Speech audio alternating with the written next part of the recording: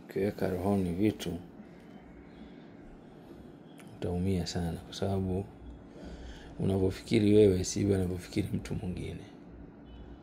Unaweza ukafikiri hivi, mwingine akafikiri vile, ikawa tofauti. Kwa wakati mwingine unajaribu kuwa mpole tu na unaendelea na maisha yako. Lakini kila kitu ukiweka rohoni utaumia sana, kwa sababu unavyofikiri wewe si anavyofikiri mtu mwingine.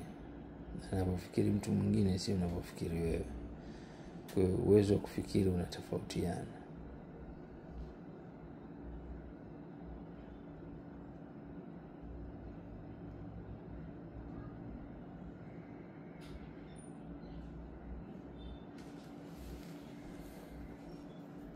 Kile kipimo cha kwanza tulikipima saa 2 na dakika ngapi? Ulipiga picha hebu sana.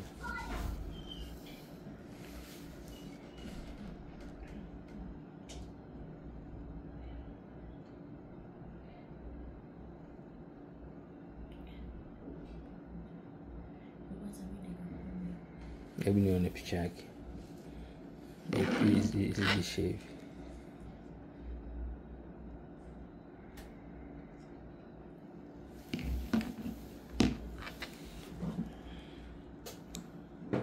Saa 2 na dakika 10 ilikuwa hivi.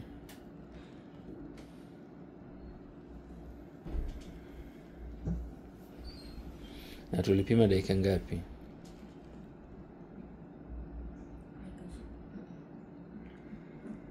Hazikuzidi 10. Ilikuwa ngapi? Kwa sababu hapa nimepiga picha saa 2 dakika 10 ilikuwa tushapima. Kwa hiyo tulipima kama saa 2 kamili. Saa 2 na dakika 5. Tumerekodi dakika 5.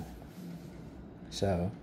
Nikakwambia piga picha ili tuone baada ya dakika 40 tutapima tena.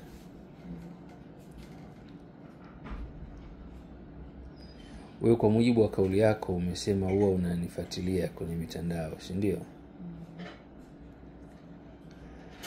Sasa mimi nitakupa nafasi ya kutizama cha dakika cha kwanza na cha pili. Cha kwanza na cha pili.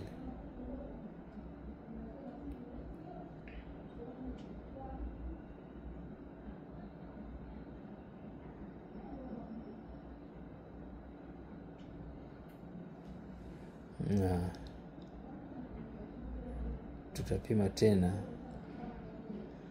baada ya saa 1 au bado uko busy?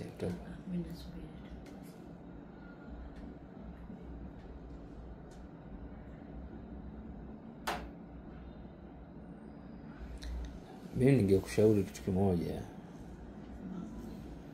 Uache mihemko, kwa sababu wanasema kuna kusoma na kuelewa,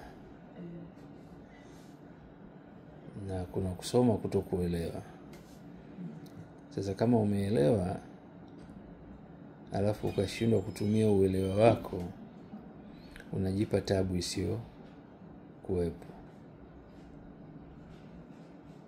Unajipa tabu isiyo kuwepo.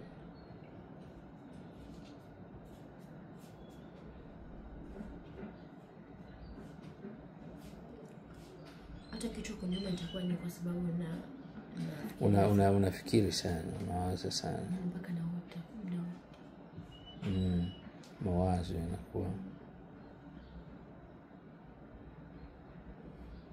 Yaani hata kuja hapa jana yenyewe nimeota hivi ndio ninachokiota. Yaani naota muda wote.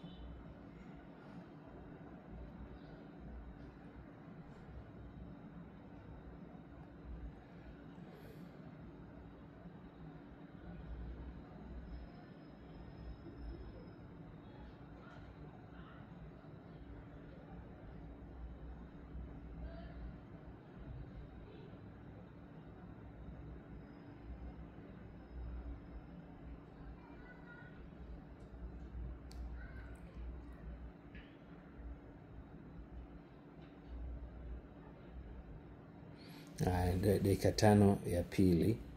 Sasa nitakupa saa 1 na nusu ili tupate picha